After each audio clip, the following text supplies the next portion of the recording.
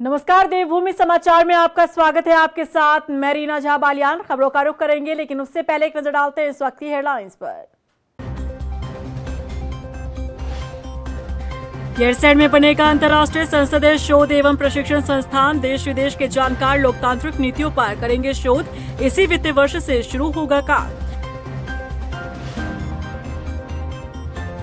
उत्तरकाशी में मस्जिद निर्माण के खिलाफ हिंदू संगठनों की रैली के दौरान बिगड़े हालात। पुलिस पर फेंके गए पत्थर। इलाके में तनाव के बाद भारी फोर्स तैनात।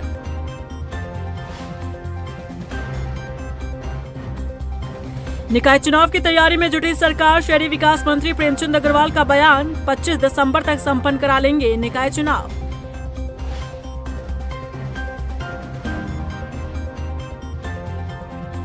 और केदारनाथ बाई इलेक्शन को लेकर बीजेपी में बढ़ रही टेंशन। दावेदारों की लंबी लिस्ट के चलते बगावत का डर। प्रत्याशी चयन में हो रही देरी।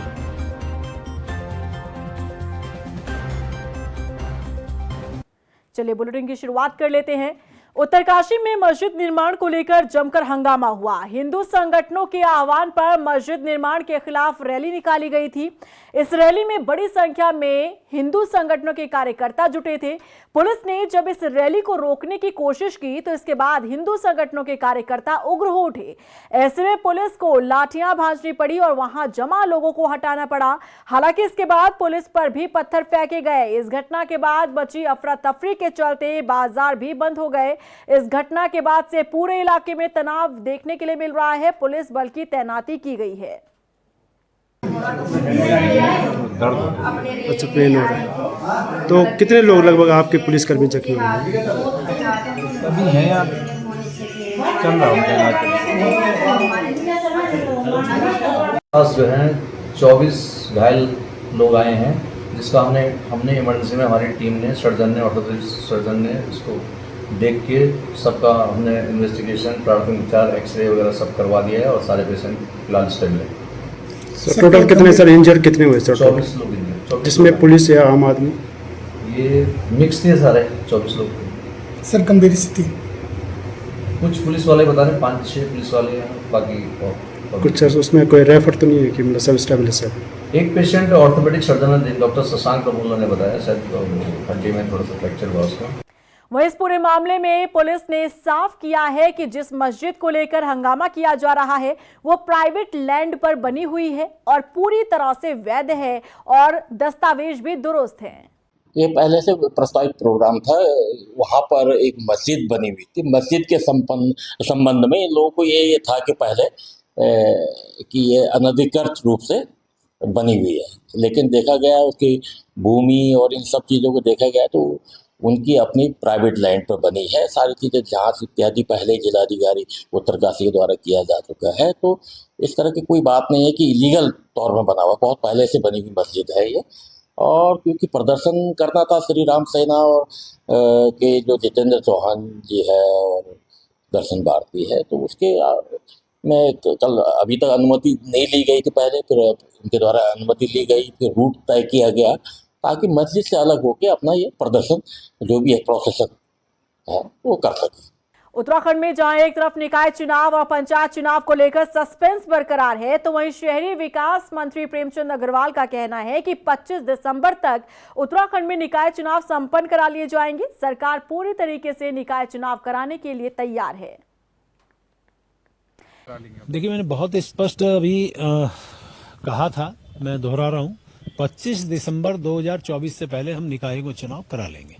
ये बिल्कुल स्पष्ट है और इसमें कहीं अगर मगर किंतु परंतु नहीं है और हम उसी दिशा में सारे काम जो हमारे हैं वो सब हम कर रहे हैं और मुझे लगता नहीं इसके बाद कुछ बोलने की बात है। केदारनाथ उपचुनाव में टिकट को लेकर जहां कांग्रेस में घमासान मचा हुआ है, तो वहीं बीजेपी के दावेदारों ने भी पार्टी की टेंशन बढ़ा दी है। यही वजह है कि उम्मीदवार को लेकर ऐलान करने में बीजेपी काफी समय ले रही है। आखिर बीजेपी में टिकट को लेकर कैसी माथापच्ची चल रही है, देखिए इस रिपोर्ट में। केदारनाथ उपचुनाव ने बढ़ाई बीजेपी की टेंशन। उम्मीदवार को लेकर फंसा पेच। दावेदारों की लंबी लिस्ट, किसका नाम बीजेपी करेगी फिक्स। केदारनाथ उपचुनाव बीजेपी और कांग्रेस के लिए प्रतिष्ठा का चुनाव बन चुका है। बीजेपी के लिए जहां ये चुनाव साख का सवाल है, तो वहीं कांग्रेस के लिए ये चुनाव प्रतिष्ठा का चुनाव बन चुका है। बीजेपी के लिए चुनाव जीतना इसलिए महत्वपूर्ण हो जाता है क्योंकि लोकसभा चुनाव के बाद हुए 2 विधानसभा सीटों पर उपचुनाव में बीजेपी को हार झेलनी पड़ी। मंगलौर और बद्रीनाथ सीट पर बीजेपी को मिली हार का बदला लेने का मौका बीजेपी के पास है। तो वहीं कांग्रेस अगर उपचुनाव जीतती है तो कांग्रेस के लिए उत्तराखंड में संजीवनी का काम करेगी और 2027 के लिए कांग्रेस में दम भरेगी। लेकिन फिलहाल दोनों दलों में टिकट को लेकर काफी होड़ मची है। केदारनाथ उपचुनाव में जिस तरह से प्रत्याशी के नाम में देरी हो रही है, उससे समझा जा सकता है कि बीजेपी कांग्रेस के उम्मीदवार के नाम का ऐलान का इंतजार कर रही है। इस बार बीजेपी कांग्रेस के उम्मीदवार के नाम के ऐलान के बाद ही अपना उम्मीदवार उतारना चाहती है। बीजेपी के भीतर टिकट के दावेदारों को लेकर बात करें तो आशा नौटियाल, ऐश्वर्या रावत, कर्नल अजय कोठियाल और पिछले 2 विधानसभा चुनाव में दूसरे नंबर पर निर्दलीय उम्मीदवार के तौर पर रहने वाले कुलदीप रावत के साथ ही चंडी प्रसाद भट्ट दावेदारी को लेकर टेंशन बढ़ा रहे हैं। फिलहाल सभी दावेदार अभी ये कहते नजर आ रहे हैं कि जिसे भी पार्टी टिकट देगी उसके साथ सभी खड़े होंगे, लेकिन माना जा रहा है कि टिकट के ऐलान के बाद बीजेपी में बगावती सुर अख्तियार हो सकते हैं। हालांकि कैबिनेट मंत्री और रुद्रप्रयाग जनपद के प्रभारी मंत्री सौरभ बहुगुणा का कहना है कि दावेदारी करना सबका अधिकार है, लेकिन नाम के ऐलान के बाद सभी दावेदार पार्टी उम्मीदवार के साथ खड़े होंगे। नहीं, देखिए ऐसा नहीं है। आवंटन का भी बहुत सारे हमारे यूपी के बाई इलेक्शंस हैं, हमारे महाराष्ट्र के हैं, हमारे झारखंड में इलेक्शंस हैं। तो केंद्रीय नेतृत्व जो है एक जगह का टिकट नहीं है, पूरे 4 स्टेट्स के टिकट को होना है। तो थोड़ा समय लग रहा है, लेकिन मुझे पूर्ण विश्वास है कि देखिए पार्टी लाइन के बाहर जाके कोई भी व्यक्ति कमेंट नहीं करता है और करना भी नहीं चाहिए। हमें अपनी पार्टी के शीर्ष नेतृत्व पर पूर्ण विश्वास है कि सोच समझ के जिस भी व्यक्ति को वो टिकट देंगे उसको पूरी पार्टी मिलकर लड़ाएगी। और अधिकार सबका है, जब तक टिकट नहीं घोषित होता सबका अधिकार है टिकट मांगने का, लेकिन टिकट घोषित होने के बाद हम सबका एक ही फर्ज है कि उस प्रत्याशी को तन मन धन से चुनाव लड़ा के जिताए। बीजेपी के भीतर जिस तरह से दावेदार दावेदारी कर रहे हैं और टिकट का इंतजार कर रहे हैं, ऐसे में बीजेपी को संशय इस बात को लेकर भी है कि टिकट का ऐलान होते ही कहीं बगावत न हो जाए और कोई दावेदार यदि निर्दलीय मैदान में उतरता है तो कहीं पार्टी का खेल न बिगड़ जाए। हालांकि कैबिनेट मंत्री प्रेमचंद अग्रवाल का कहना है कि बीजेपी के भीतर सब कुछ ठीक ठाक चल रहा है, फूट कांग्रेस के भीतर ज्यादा नजर आ रही है। देखिए अभी कांग्रेस तो जो कांग्रेस की हालत है, उनकी प्रदेश की प्रभारी कुछ कहती हैं, इनके प्रदेश के अध्यक्ष कुछ कहते हैं, उनका आपस में ही तालमेल नहीं है। मुझे नहीं लगता कि उनके साथ हमें जोड़ना चाहिए। हमारा जो काम करने का तरीका है भारतीय जनता पार्टी का, वो बिल्कुल आप समझ सकते हैं कि अन्यों से भिन्न है। हम लोगों ने जो इस बारे में चाहे सर्वे कराने की बात हो, चाहे वहाँ पे अपने स्थानीय कार्यकर्ताओं से बात करने की बात हो, चाहे मंत्रियों को वहाँ पे काम करने की बात हो, माननीय मुख्यमंत्री जी का वहाँ पे दौरा करने की बात हो, प्रदेश अध्यक्ष जी का वहाँ मिलना हो, ये सारे क्रियाएं चल रही हैं। कांग्रेस का बताइए क्या हो रहा है? बीजेपी और कांग्रेस दोनों दलों में टिकट की दावेदारी को लेकर बवाल मचा हुआ है। ऐसे में देखना होगा कि आखिर दोनों राजनीतिक दल जब टिकट का ऐलान करते हैं तो आखिर किस पार्टी का नाराज नेता पार्टी की टेंशन बढ़ाता है।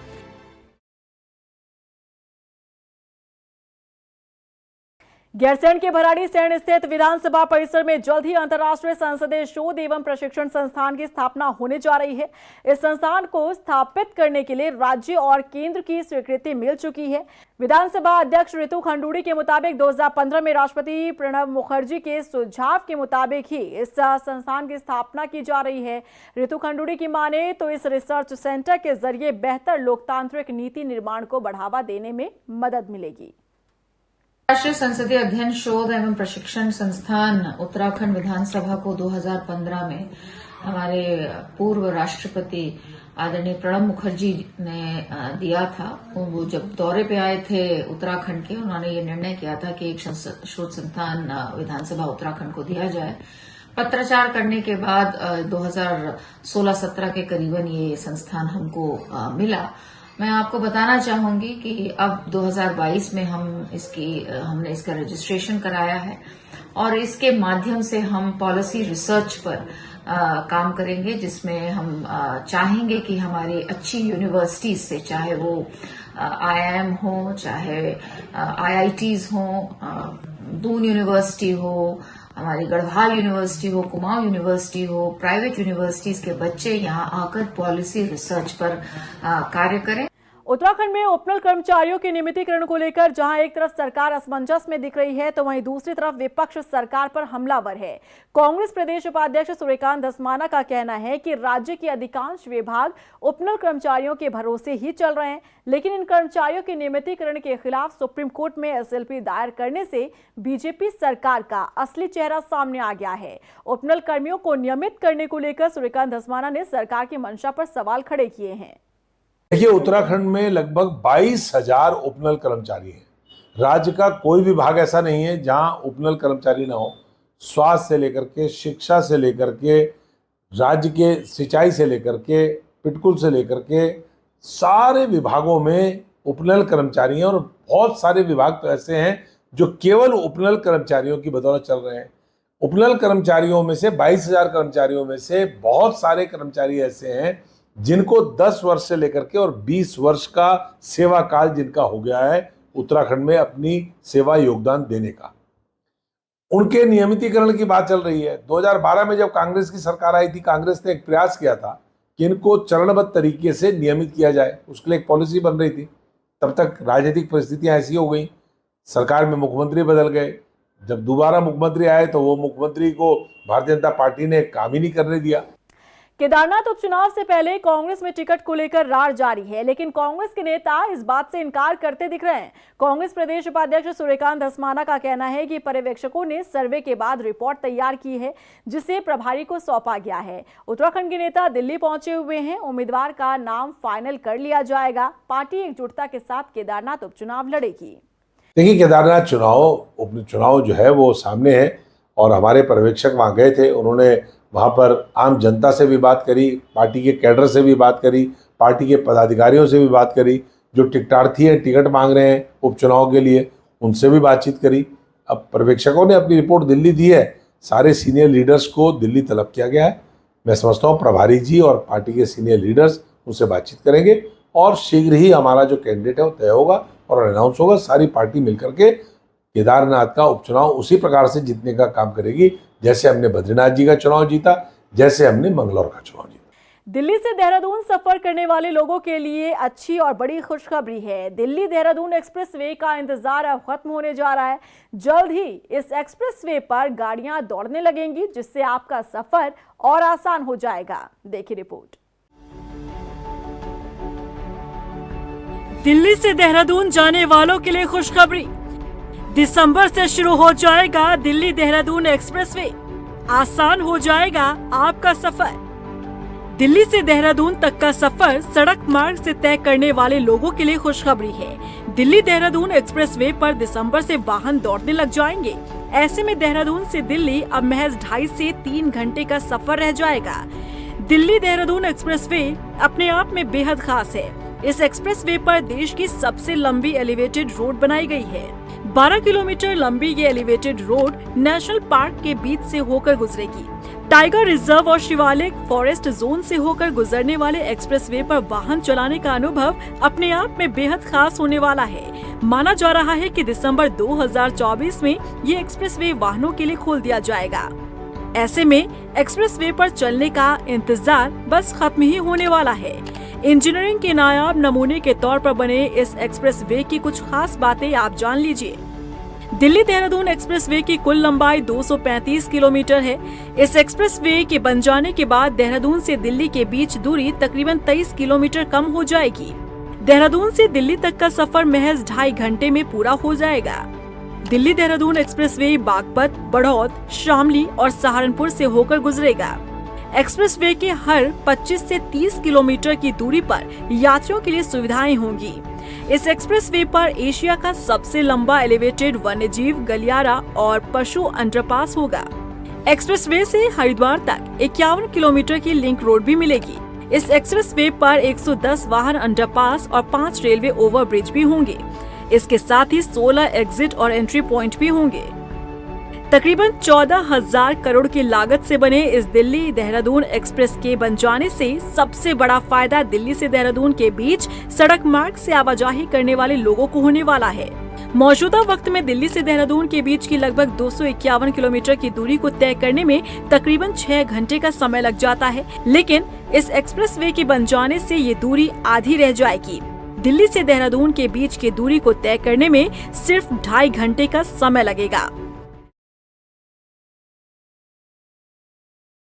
दीपावली के मद्देनजर हल्द्वानी प्रशासन शहर की व्यवस्थाओं को दुरुस्त करने में जुटा हुआ है। त्योहारों में हल्द्वानी के बाजारों में भारी भीड़ उमड़ती है, पर्यटक भी आते हैं। ऐसे में ट्रैफिक व्यवस्था के साथ अन्य व्यवस्थाओं की भी निगरानी की जा रही है। खास तौर पर पटाखा बाजार में सुरक्षा के खास इंतजाम किए जा रहे हैं। ये दीपावली के त्यौहार पर एक तो बाज़ार में फुटफॉल काफ़ी बढ़ जाता है, साथ ही जो हमारे प्रवासी लोग हैं वो त्यौहार के टाइम पे घर आते हैं। साथ ही ये ट्रेंड भी देखा गया है कि वीकेंड होने की वजह से पर्यटकों का भी आवागमन इस बीच में हो जाता है। उसी को देखते हुए एक तो अतिरिक्त जो सुरक्षा है वो पुलिस के माध्यम से की जाएगी। साथ ही जो ट्रैफिक मैनेजमेंट है उस पर विशेष फोकस रहेगा और उसके लिए ट्रैफिक पुलिस और पुलिस के माध्यम से कार्रवाई की जाएगी। साथ ही जो हमारे परिवहन निगम की बसें हैं उसका अतिरिक्त रूप से उनकी संख्या बढ़ाते हुए संचालन किया जाएगा ताकि जो आने जाने वाले लोग हैं उनको असुविधा का सामना न करना पड़े। हल्द्वानी से कुमाऊं को जोड़ने वाला NH 309 अल्मोड़ा क्वार्ब के पास भूस्खलन के उचित उपचार न किए जाने से नाराज कांग्रेसियों ने अल्मोड़ा विधायक मनोज तिवारी की अगुवाई में पुल पर धरना दिया। कांग्रेस नेताओं ने सरकार पर NH की अनदेखी का आरोप लगाया। विधायक मनोज तिवारी ने कहा कि पिछले कई महीनों से क्वार्ब में लैंडस्लाइड हो रहा है, पर बीजेपी की केंद्र और राज्य सरकार ने अभी तक इसका कोई संज्ञान नहीं लिया। राजमार्ग है और ये मार्ग इतना महत्वपूर्ण है कि ये जो हमारे अल्मोड़ा पिथौरागढ़ बागेश्वर मोटर मार्ग को जिले को जोड़ने का काम करता है और बहुत ही महत्वपूर्ण मार्ग है और विगत कई महीनों से लगातार भूस्खलन हो रहा है। मेरा तो पहले सीधा आरोप इस राष्ट्रीय राजमार्ग के अधिकारियों पे है कि उन्होंने इस जो पुल का निर्माण किया उस समय क्यों नहीं यहाँ पर चाहे वो DSC के लोग हों चाहे जियोलॉजिकल सर्वे ऑफ इंडिया के लोगों से इसका क्यों नहीं सर्वे कराया कि ये भूस्खलन की दृष्टि से बहुत संवेदनशील है और इसको कहीं और बनाना चाहिए था। जब भूस्खलन बड़ी तीव्र गति से हो रहा है, लोग अपनी जान जोखिम में डाल के यहाँ से जा रहे हैं और आज ये लगातार बंद हो रहा है। रात को पूरा मार्ग बंद हो रहा है। एक दीपावली का पर्व आ रहा है, कहीं ना कहीं हमारे व्यवसाय प्रभावित हो रहे हैं। जो दुकानदार हैं, ट्रक वाले रात भर यहीं पे खड़े रह जा रहे हैं जिनका सामान जाना है। लोहाघाट में पुलिस ने चरस तस्कर युवक को गिरफ्तार किया। पुलिस ने 324 ग्राम चरस भी बरामद की है। पुलिस के मुताबिक धारचूला से देहरादून की ओर जा रही एक कार को रोककर तलाशी के दौरान चरस बरामद हुई है। पुलिस ने कार चालक को गिरफ्तार कर लिया है। आरोपी धारचूला का ही रहने वाला बताया जा रहा है। पुलिस उपाधीक्षक महोदय चंपावत के निर्देशन में हमारी एक टीम बनी हुई है, इसमें जो है SSI श्री चेतन सिंह रावत, SI कुंदन सिंह गोरा और constable Sunil, head constable Sunil, head constable Sanjay Joshi को इसमें टीम में नियुक्त किया है। और वाहन चेकिंग के दौरान सडनली जो है दिनांक 23/10/24 को समय 4:30 बजे करीब 324 ग्राम की चरस के साथ में एक अभियुक्त कपिल सन ऑफ मदन सिंह निवासी कालिका थाना धारचूला को गिरफ्तार किया गया है। रुड़की के नारसन ब्लॉक के गांव नाथूखेड़ी में लंबे समय से बदहाल पड़ी सड़क को बनवाने की कवायद तेज होती नजर आ रही है। ग्राम प्रधान की कोशिश रंग लाती दिख रही है। दरअसल यहां नाली ना होने के कारण सारा पानी सड़क पर आ जाता है, जिससे आने जाने वाले लोगों को दिक्कतों का सामना करना पड़ता है। रुड़की तहसील प्रशासन की तरफ से राजस्व निरीक्षक ने गाँव का निरीक्षण किया और जल्द सड़क और नाली बनवाने की बात कही। उन्होंने कहा क्षेत्र का जायजा लिया गया है, जांच रिपोर्ट जॉइंट मजिस्ट्रेट को सौंपी जाएगी। रास्ते में कुछ लोग नाली बनाने का विरोध कर रहे थे, उस नाली बनाने नहीं दे रहे थे। उस संबंध में प्रधान जी की एप्लीकेशन पे जांच करने आए और रोड की स्थिति बहुत खराब है, पानी हो रखा है, लोगों का पानी रोड पे आ रहा है सारा पानी। तो यहाँ पे रोड बनेगी और साइड से नाली बनेगी और आगे तक सबका पानी उस नाली से होते हुए आगे चला जाएगा। रोड पर आ रहा पानी, तो उसकी निकासी के लिए हम एक नाली का निर्माण कराना चाहते हैं, वो भी सरकारी भूमि पर। कुछ लोग उसे बनने देना चाहते हैं। वैसे गांव में ये बोलते हैं कि प्रधान कुछ कराना नहीं चाहता, और काम कराओ तो उसे रोकते हैं, उसमें अवरुद्ध करते हैं। तो हमने इसलिए शासन प्रशासन का सहयोग लिया और पटवारी जी भी और पुलिस भी आई थी, उन्होंने अपना कहा, लोग मान गए। और इसी के साथ फिलहाल इस बुलेटिन में बस इतना ही, लेकिन चलते चलते एक नजर डालते हैं इस वक्त की हेडलाइंस पर। गैरसैंण में बनेगा अंतर्राष्ट्रीय संसदीय शोध एवं प्रशिक्षण संस्थान। देश विदेश के जानकार लोकतांत्रिक नीतियों पर करेंगे शोध। इसी वित्तीय वर्ष से शुरू होगा काम। उत्तरकाशी में मस्जिद निर्माण के खिलाफ हिंदू संगठनों की रैली के दौरान बिगड़े हालात। पुलिस पर फेंके गए पत्थर। इलाके में तनाव के बाद भारी फोर्स तैनात।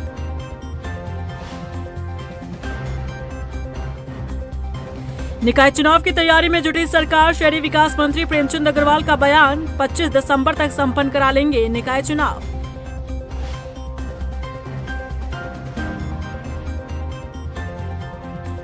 और केदारनाथ बाई इलेक्शन को लेकर बीजेपी में बढ़ रही टेंशन। दावेदारों की लंबी लिस्ट के चलते बगावत का डर। प्रत्याशी चयन में हो रही देरी।